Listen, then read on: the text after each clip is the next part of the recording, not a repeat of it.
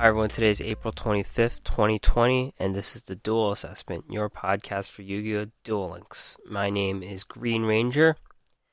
Another week in Duel Links of not much going on.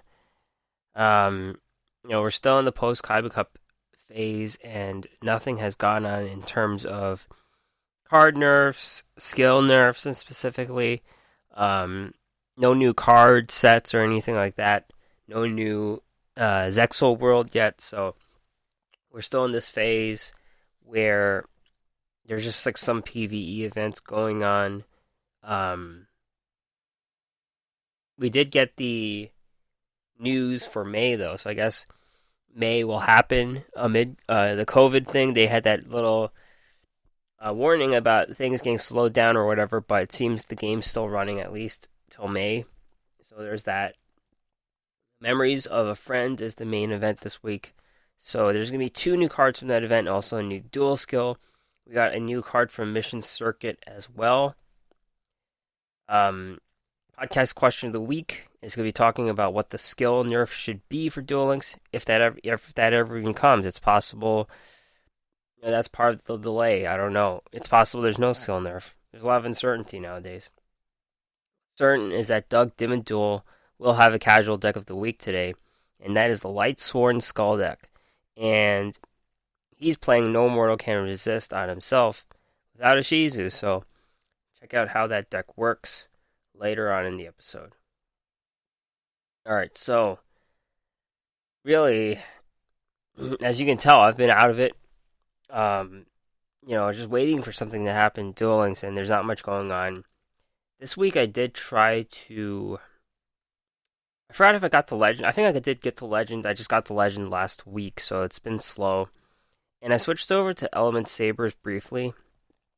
And, my Element Saber deck sucks because I lack complete sets of everything. So I only have 2 Malehus, and then the Alistair package. 2 Alistairs, and only 1 Purgatrio. So that 1 Purgatrio really hurts. And, it's... all of my invoked monsters only have 1 life, it seems like. They just go and then have to rely on some synchro plays, which denatures the invoke deck a little bit. So I didn't get much success. I think I got to Legend 3 at least, and then I got dropped down to 2. Back to playing Lightsworn Monarchs, which is a deck I'm super comfortable with, so I'm just going to run that out for the rest of the month. See if I hit King of Games. Not really a priority at this point to push it. I do notice the meta, there isn't really a soft meta right now in Legend. I'm just facing nothing but meta decks, so definitely no guarantees. I haven't been playing a ton. If I really wanted to make this push to King of Games, I would, but I'm not. I am playing other games if you're interested. Primarily Borderlands 3, ever since that came out on Steam, that's been my number one. And there's a lot of parallels between Borderlands 3 and Diablo, and it's kind of like the shooter version of Diablo, of course. But the amount of legendaries they drop now is insane. Like, I have no inventory space, I have no money just to store all these legendary weapons, and just farming for, optimal builds. And they have anointed weapons, which kind of remind you of the thing they did in Diablo 3 with the legendary weapons, where there was like a legacy version, I think they called it. But it's been my number one right now. While Duel Links has been in a bit of a lull with nothing really going on. Back to Duel Links. This week in Esports, let's talk about some of these top decks. And there's not much. I like to look at evolutions of decks and things like that, and there's very minor stuff going on, if any. Duel Links Meta Weekly number 121. First place, Zaga, No Mortal Can Resist Shiranui.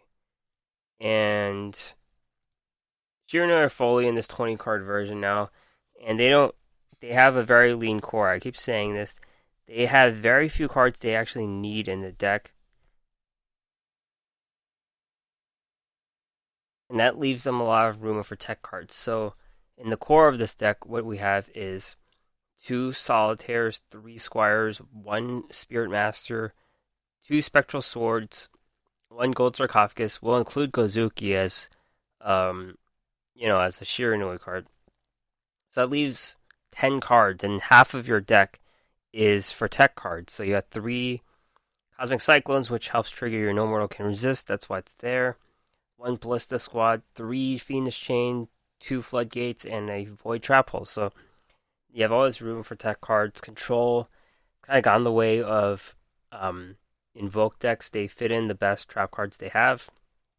And then the activators like Cosmic Cyclone for the skill. So it's no surprise Shiranui are where they are. It works so well if no mortal can resist. Second place played level augmentation Shiranui. I'm not using No Mortal Can Resist. And again, same thing with the lean core here. 1 Gozuki, 3 Solitaires, 3 Squires, and 2 Spectral Swords. In terms of tech cards, 3 Artifact Lanceas. This makes up for the deck not using No Mortal Can Resist. You have another way to counter the graveyard here. Otherwise, really good tech cards. 2 Forbidden Lance, 2 Ballista Squad, 3 Fiendish Chain, 1 Void Trap Hole. Maybe that's why I've been playing Void Trap Hole wrong. I've been playing 2 instead of 1. Maybe you only need 1. Top 4, Last Man, Cyber Style, Cyber Dragons. Fusion Gate Cyber Dragon is definitely the way to play the deck now, because usually they just played Cyber Load Fusion and then they get countered, let's say with a Void Trap Hole, and then they can't come back. Fusion Gate lets you reuse those cards that were used. So, you could use Fusion Gate first to make the monster, and then when they were destroyed, you could Cyber Load Fusion the monsters from the graveyard into another fusion monster. So, there's different ways. It's definitely a better way to do it. And then it also includes other Cyber Dragon fusion cards like Cyber Twin. I've seen that card a bit. Cyber Twin come out, and then the Chimera Tech in the same turn. You're kind of screwed there. So, and top 4 Psycho P, Tie That Binds, Dark Magician. Main deck Necro Valley here. I guess that's how you play around not using No Mortal Can Resist. You have other cards that counter the graveyard, like this, or Artifact Lancea. 2 Void Trap Holes. This deck does include 2, so I guess 1 or 2 is the right answer for how many of those you run. Alright, so next tournament, Battle Phase 52. First place, Zaid King, Water Mythic Depths, Cristrons. We're seeing a slight shift in Cristrons here in this week's tournaments. They're moving away from 30 card decks. And this water version, of course, you run even fewer Cristrons because you run those Gen X Undines, the Whales, and the Sea Stealth attacks, and the Gen X Controllers, of course. So, you do save space from cutting out the Crystal Beasts, which are not needed at all. But, it's its own package in a sense. 28 cards here. They seem to be cutting down on Crystron impacts. There's only 2 in this deck, and also some other the trap cards. Like sometimes they have random tech cards. They have Sphere Karibo, things like that. Cosmic Cyclones, but they've cut down on that. APAP, Heavy Starter, Black Wings. This is a new deck. They're trying to increase the consistency of Simoon. So you have to include 3 different level 5s or higher, and that leads to some non-meta choices here. You've got Kunai the Drizzle, and also Sirocco the Dawn. So you've got 3 monsters there, and you have 2 monsters there, and then 3 of the Simoon. So you increase your chances of having Simoon opening hand. That's the goal. And the deck, as a result, is 23 cards. The deck does rely on Blackbird Close quite a bit to counter anything, and it's a hand trick, so it's a pretty tricky card. And then you can also summon your Blackwing Dragon out with it, so it's pretty cool. The Kunai the Drizzle requires a tribute. You could special summon it by tributing a monster, so it's not the best, but the level 5 tuner. And then Sirocco the Dawn is a free summon, a free level 5 summon if they have a monster. So it's like a Cyber Dragon sort of, but it's a normal summon. So both these cards aren't great, but they're just there to help the heavy starter. Top 4, Shiraneki. No Mortal Can Resist Shiranui. Yep, nothing to say here. Even leaner core here. We've got 9 cards. And top 4, Zukarito. Destiny Draw Invoked Element Sabers. Again, 25 card deck here includes the Appointer, the Red Lotus. I've played this card before when I was playing Element Sabers, and it's not as bad as it seems. So it seems pretty good card actually, because you just the ability just to activate Destiny Draw and hit something in the hand is pretty cool. And it was broken for a little bit where you weren't showing your cards to the opponent, but it doesn't really matter because they know you're playing Invoked, right? So who cares? And last tournament we'll talk about today, just for kicks, Pharaoh's Cash Tournament number 69. Hexy, Shadow Game, Stromberg, first place. So Shadow Game Stromberg is a deck that just makes it sometimes. They win tournaments, they're good enough. So as long as you put the relevant meta counters. So, if you got the core, Lava Golem, 3 Psychic Wheel Dealers, 3 Glyph, 3 Grand Modula Isa, Princess and Pumpkin Carriage, Glass Slippers, and the 3 Castles. In terms of meta counters, 3 Artifact Lanceas, 3 Chalice, 1 Fiendish Chain, 3 Floodgates, and Void Trap Hole. The deck always has to run a little heavy because of the Stromberg milling 10 cards a turn, so you're kind of on a tight window to win the game. There's many ways to win with this deck. Second place, go to 99 Grit Heroes. Heroes kind of settled into this tier 3 status. They're lower tier. They're not as strong as other decks, but they do have a capacity to beat them at any given time. Not much to say about this deck. Just a reminder: Plasma, 3 Ferris, 2 Stratus. Typically, you have 3 of these, but it's a pay-to-win card, so I can see if you have 2. 2 Malicious, 2 Increase, 1 Celestial, and 3 Vions. Top 4, Lumiere, Transcendent Crystals, Crystons. This is the typical regular Cryston deck without the whale package, but like I said, the deck is moving away from 30 cards. This one's even leaner, 26. And you've only got 1 Crystal Beast. Typically, they ran 2. No Sphere Karibos here. That's a card that the deck typically runs. 2 Cryston Impacts, of course. Seems like they cut down some trap cards. I don't know what, though. And top 4, DDDLV21, Tie That Binds 6 Sams. This is a classic deck that you could have seen in the meta in these tournaments 1 year ago. And just to remind everyone what the deck looks like: 3 Kizun, 1 Inishi, 1 Kizaru, 3 Fuma, 2 Legendary Secrets, 3 Six Samurai United, 1 Dojo, 3 Dual Wields, 2 Return of the Six Samurai. And the one card that's kind of like the tech card is Forbidden Lands. And you run those low-level Synchro Monsters, Armadides, Shien, Psychemith, and Wayne. And also Rihan, of course, as the Context Fusion. This is a classic deck. Glad to see it in the top 4. The Duel Links meta tier list update. Tier 1 Element Sabers and Thunder Dragons. Tier 2 Crystons, Dark Magicians, and Shiranui. They dropped down Shiranui here, but it seems to have responded in quite a way that's going to be tier 1 next week based on the results we saw. So this was kind of put out before the week started, and then Shiranui just shot back. You demote me to tier 2, I'm going to win all the tournaments. Tier 3, Black Wings, Blue Eyes, Cyber Dragon, and Masked Heroes. Masked Heroes probably will stay here, I think, unless we see some kind of big nerf going on. Well, they don't really get hit by No Mortal Can Resist as much as the other decks, but yeah, I digress. So, all the talk of No Mortal Can Resist had me thinking about when these nerfs are going to come live, and it seems like that's the number one skill that would get hit because it seems to limit a lot of card play. And I've had games where I won this game. This is probably just bad play. They ran in their Shiranui Solitaire into a like an invoked defense monster, like just to lose life points to activate no mortal can resist the next turn.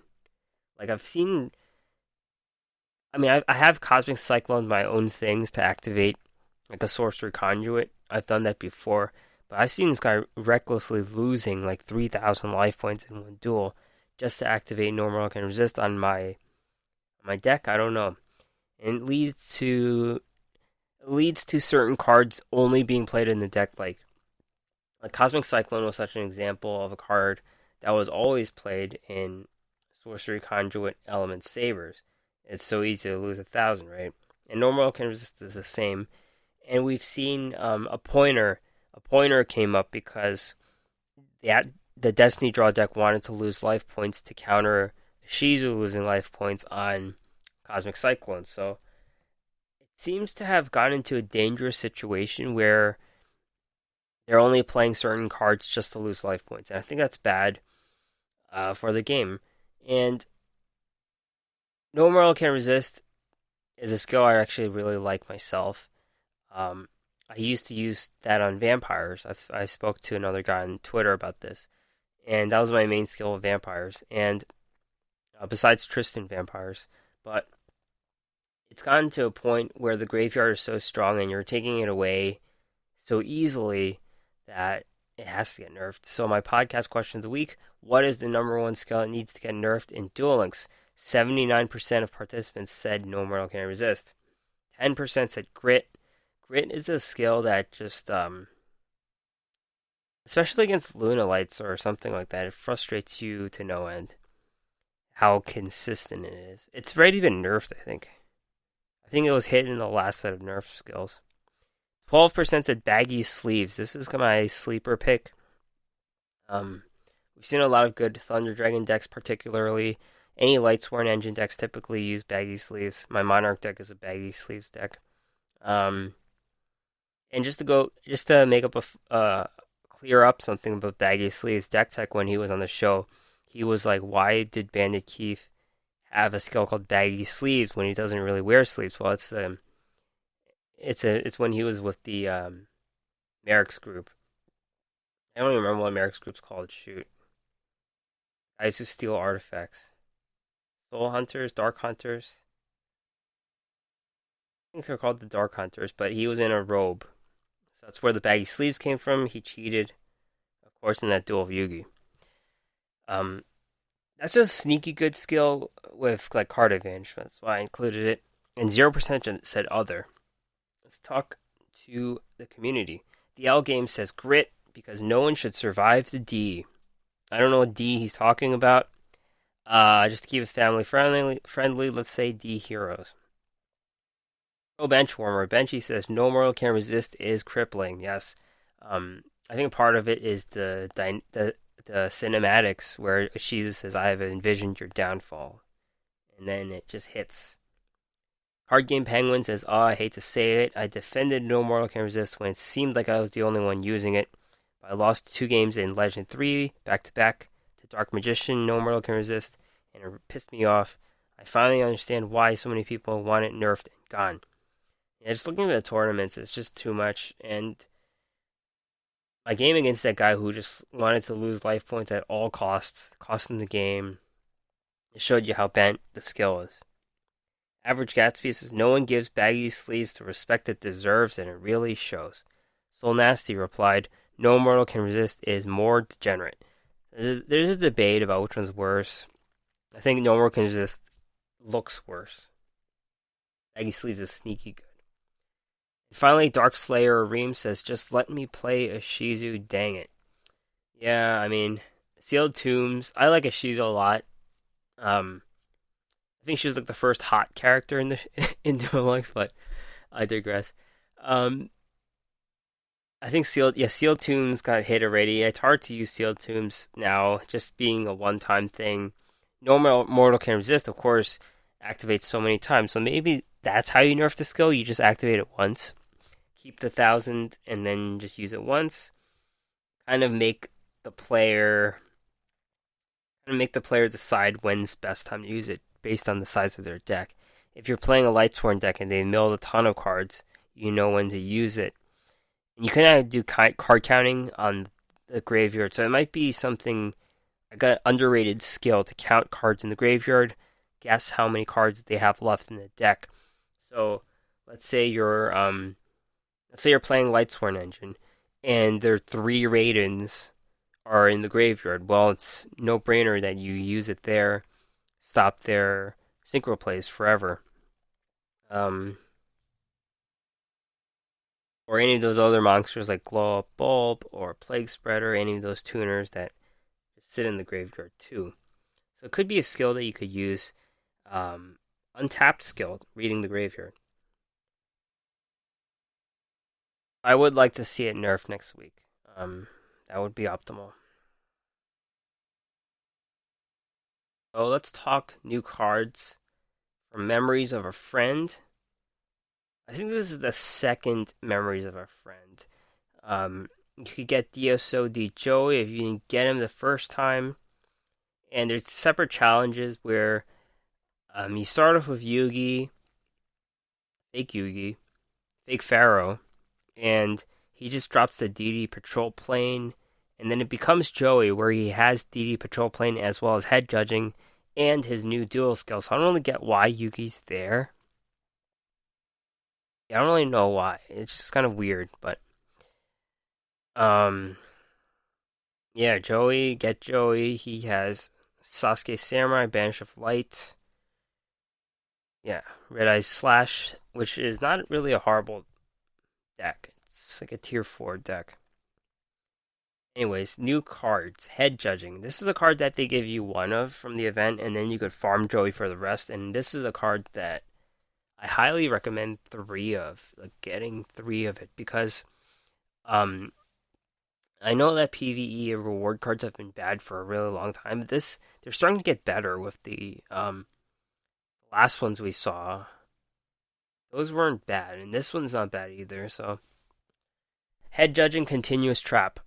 When a monster on the field activates its effect, you can make the activating player toss a coin and call it. If they call it right, send this card to the graveyard.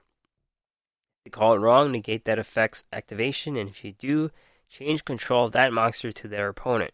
You can only use this effect once per turn. So, I would like to describe this as medium risk, low, medium risk, high reward. And you make monster effect activations subject to a coin flip. You lose the coin flip, all you do is you send this card to the graveyard, and it costs you a slot in your deck. Really, that's it. If you win the coin flip, you negate an effect, and you steal a monster. Stealing the monster is really what the key is, I think, is what the high reward is. If the effect goes off, sure. But you're getting 2 huge benefits if you win that coin flip. And it's kind of like using a Void Trap Hole or I guess Void Trap Hole is the best one because Divine Wrath costs you a card and Ultimate Providence costs you a card. Master of Destiny decks will let you win the first 3 coin flips, so it's really an auto add for that deck. It's really, really a good card for Master of Destiny decks. So an auto include there. And then you could really counter 3 opponent summons. Every monster they're going to play has an effect. Like, there's no way of playing Duel Links without having a monster effect now. So, let's say they start off with Shiranui Squire. You could just do that. Steal it. Alistair. You could steal Alistair. Let me look at the tier list just to get rolling here. Thunder Dragons. You could steal that. Magician's Rod, you could steal that. Ristrons, they're going to destroy themselves. You could steal that. Cyber Dragon Core, you can steal that. Simoon, you could steal that. There's like a million cards that you could steal. And, auto include for Master of Destiny. And the better aspect of this card is you could choose whether to activate it. Because you can only use it once per turn, you could kind of figure out which monster to use it on if they're activating multiple effects in a turn. So if they have a stronger monster on deck that they play second after the first one, you would know to use it on the second monster. So this card's a little situational because you're depending on a coin flip, of course. Everything's a coin flip here. So that would prevent this card from being splashed in every single deck. If there was no coin flip, obviously you would just play this card. But um, it's not going to be like a void trap hole where you could just put it in any deck. But I think some duelists who are not playing Master of Destiny are willing to take this gamble because it's such a high upside. And the low upside is just running it in your deck, I think, and sending this card to the graveyard, sure. But the ability just to negate effect and steal is just too high. Like, you just take that 50%, I think. I think some decks will just straight up run this card, and a bit of a game changer, I think. Next card's not a game changer. DD Patrol Plane, Dark Machine, level 3, 1200, 800.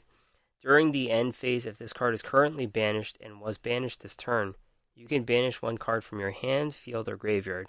If you do special summon this card in an attack position, you can use this effect once per turn.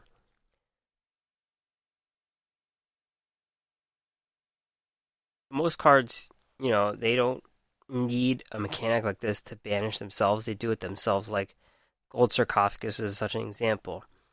This card, like all the other DD themed cards where they just, like, there's another one, I forget what it's called, like a Scout Plane or something, where they need to get banished and then they have that ability. So it requires that extra setup to get banished. I don't think your opponent will willingly banish this card unless it's face down by accident or something. They'll just destroy it, because there's no upside of this card being around, just like a 1200 body. I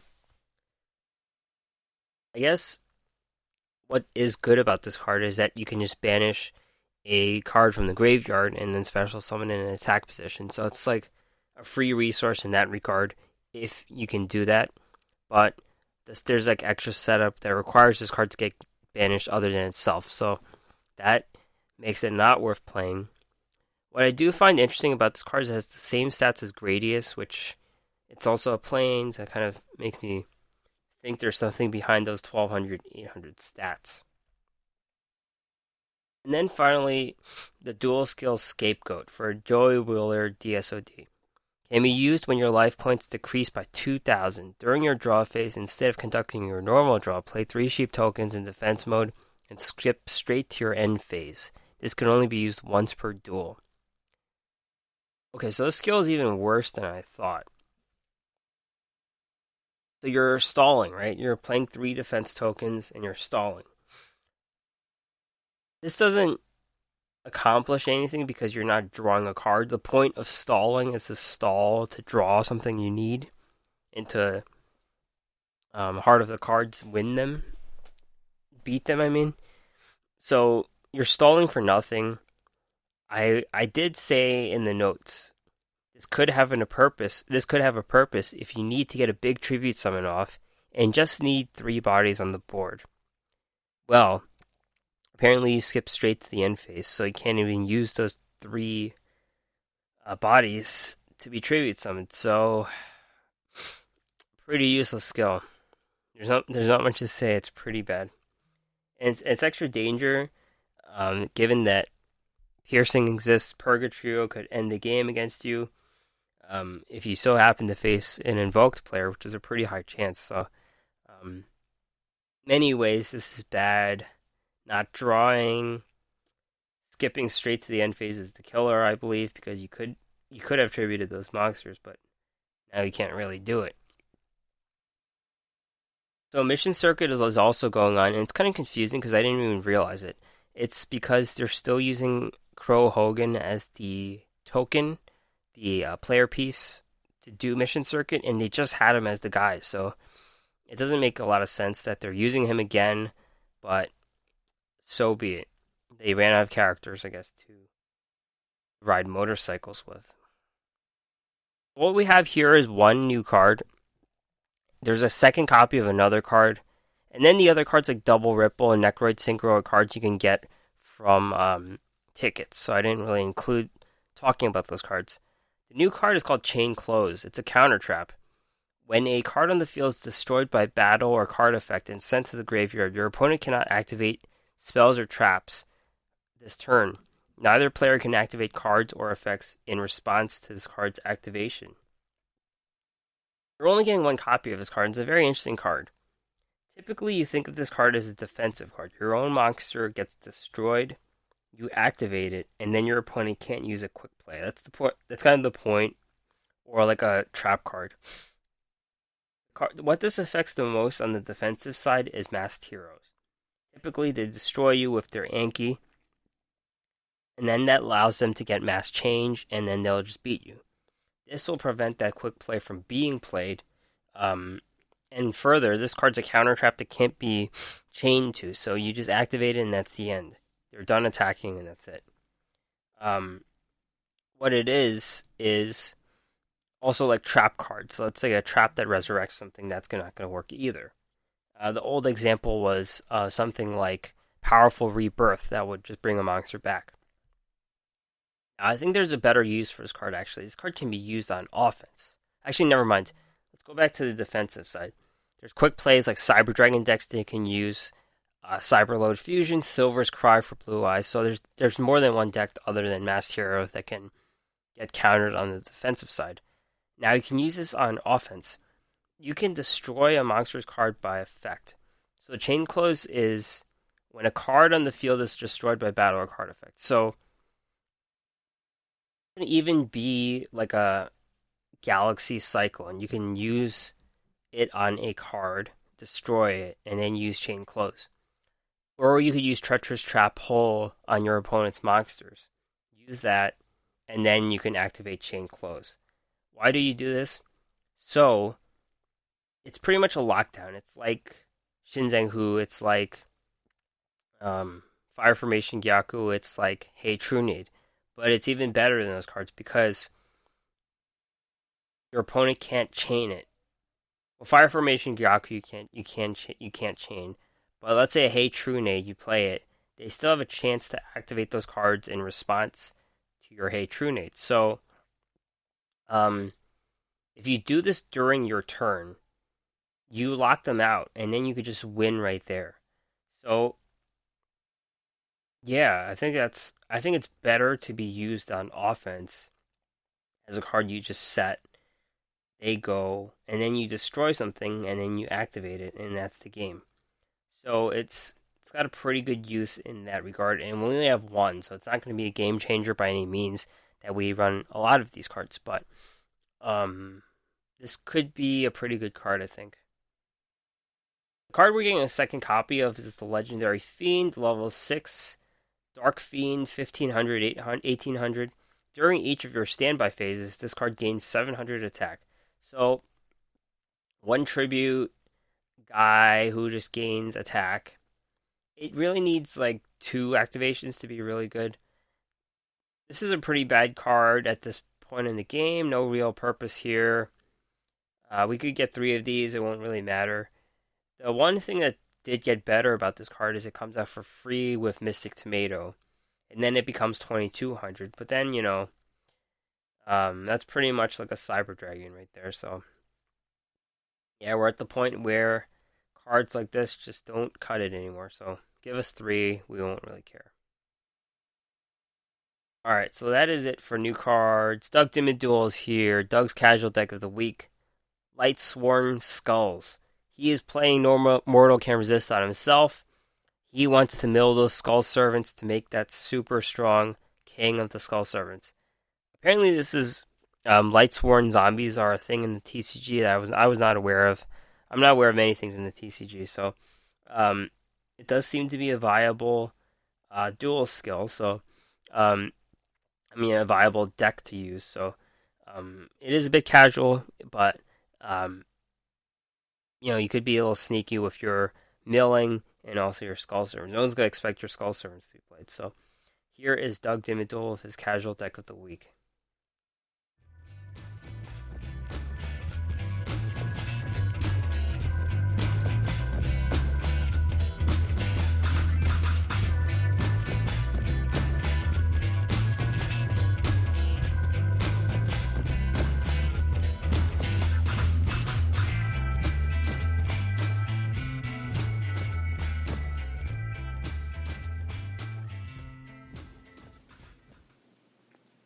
Hey there, this is Doug Dimmaduel with Doug's Casual Deck of the Week. So this week, because of the whole KC Cup crap, lately, I've seen so many people using that Ishizu skill that turns your entire graveyard into Skull Servants, right? Everybody just can't stand Lightsworn, so I'm already forgetting the name of that skill, but yeah, I figured, if you can't beat them, join them. I'm not running a deck with an Ishizu skill. In fact, this deck that I built really is not anything skill specific. I'm sure there's ways you can optimize this deck using skills. But the whole point is to pair up the Lightsworn archetype, really just your standard build, trying to get all the level 7 synchro plays into action. But with a little twist, I'm running 3 copies of King of the Skull Servants and 3 copies of Skull Servant, the level 1 vanilla zombie 300 attack. Because the whole point is that the more Skull Servants you have in your graveyard, the stronger your King of the Skull Servants gets. So it's nice late game when your graveyard is full of all different Skull Servant support and all different monsters that could have potentially been turned to Skull Servants anyway, if your opponent has that one Ishizu skill. So basically what you could have is all of a sudden you could have a 6,000, 5,000, even 10,000 attack monster, depending on how many Skull Servants you have in your graveyard, just sitting there on the field and just swing for game. It's just a real nice surprise. Lightsworns have always had some kind of synergy with zombies. I've seen Lightsworn zombie decks run in all kinds of TCG formats and everything. So this is nothing new, and I know a lot of people have been running Lightsworns with that Monarch zombie monster too, so that the synergy is naturally there. But the Skull Servant approach is very straightforward. It's really just have a giant beat stick out late into the game, and you're going from there. So, again, 3 copies of King of the Skull Servants, 3 copies of Skull Servant. What's next? Well, your typical Lightsworn package. Your 3 copies of Lumina Lightsworn Summoner, that level 3 spellcaster that lets you send 1 card to the graveyard from your hand to select a Lightsworn monster from the graveyard and special summon it onto the field.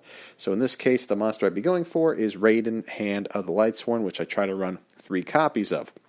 And this card's good too because you could activate its effect during your main phase to send some cards from your deck to your graveyard, and you just kind of go from there. So it's just a real good thing. It'll hopefully activate some different some different effects and all that stuff, and getting into just some generic level 7 synchro plays.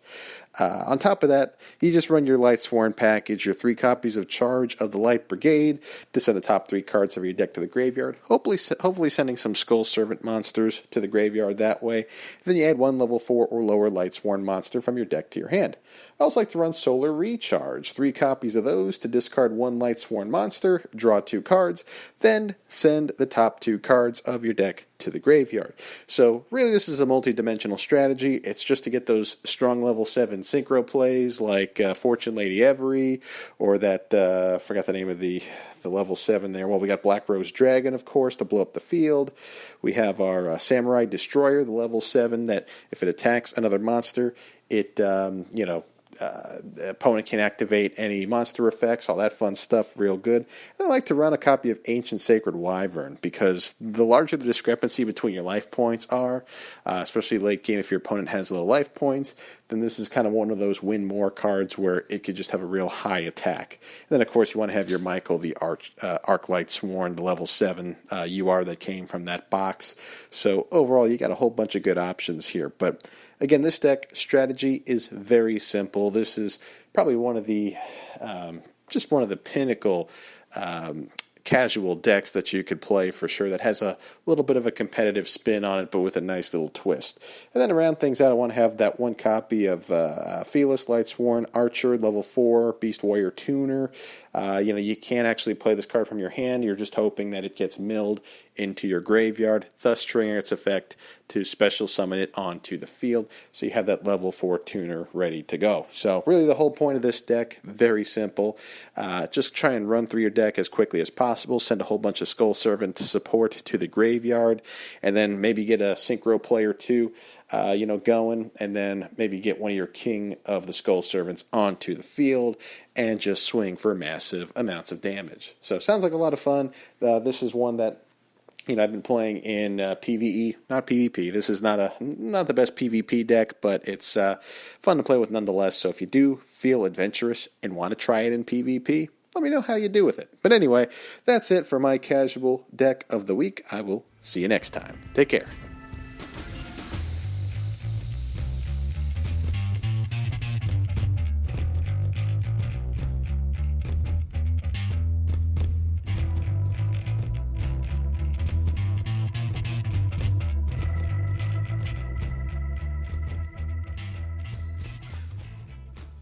All right. Thanks, Doug.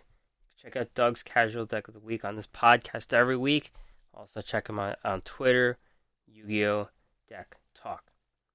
We have upcoming news for May, and I guess this stuff could have been planned ahead of time before coronavirus was even a thing. It's possible they had a whole year settled out, but talking about certain delays because of it, it's a good thing that I think Duel Links was run by one guy. Oh, and that makes it better. Instead of if there's a whole team, they have to collaborate and things like that. That may cause extra delays. But if there's a one guy working at home, that won't be as bad for the game being delayed by coronavirus or anything like that. So it's good that there's fewer people working on Duel Links. A guy can just make his decisions about when to nerf things or when to release new worlds. So next month, early May. Oh yeah, there's going to be a Dark Signers event. A Dark Signers event at the last week. I don't know. The Dark Signers are coming back next week, but early May, DD Castle Emergence. I'm actually pumped for this. The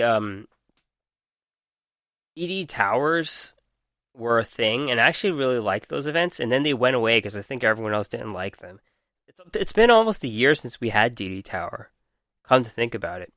And now we have this DD Castle, so it's the same thing, I think. So I am happy to see this back. Early May, Dual Quest. We have Dual Quest all the time, so that's back. Mid-May, Blair Flanagan, another event with her, new cards, and a new skill called Happily Ever After. Hopefully it's better than those other skills she had. Mid-May, Evolved Hasselberry. I don't think the previous Hasselberry events were called this, but it's another event with him. We probably have to fight a big dinosaur again. New cards, Evo Price, Evil Tile, El Gennaro. Those cards never really cut it. I don't know if those will. Mid-May, Darksigner, Rex Goodwin to the gate. Late May, obtain a legendary duelist. Raid Duel, Dimensional Disaster, Buster Gindle, the Cubic Behemoth. So new raid duels in DSOD World, apparently. I think we're getting... It's hard to say who we're getting, because it says they're going to fight Aigami, but Aigami's the one that uses Buster Gindle, so I don't really know what's going on there. What it does mean is that if we're finally getting Aigami, it means that DSOD World might be wrapping up, and we might be getting closer to Zexal based on those mines that Zexal is coming soon. So they might be wrapping things up with DSOD World this month, and Zexal could be June. It's very possible. I'm excited for that. Late May Duelist Challenges, and late May Tour Guide Mission Bingo, 2 tour guide events to end the month. So yeah, that is it for the podcast. A whole week of not much going on. I expect a huge week soon. You know, they kind of hit you with a new selection box, and then a new world or something. Like they hit you with multiple things at once, where there's too much content for one episode. But then, until then, we have these ho-hum episodes. Kind of get me over during this coronavirus episode. If I was more motivated, I would do more. But this is where I'm content right now with the podcast. So this is what we'll have to do until better stuff comes along. Thanks for listening, everyone. Thanks for sticking around. Hopefully, this was not a horrible episode, I guess. Subscribe anywhere. Check out the Duel Assessment. Search it anywhere. It's on Google Podcasts now, I guess. That's the thing. Mm-hmm. Check out the podcast and more at this website, theduelassessment.wordpress.com. Email me with anything at theduelassessment@gmail.com. Find me on Twitter, where I'm not that active anymore, but I will respond sometimes.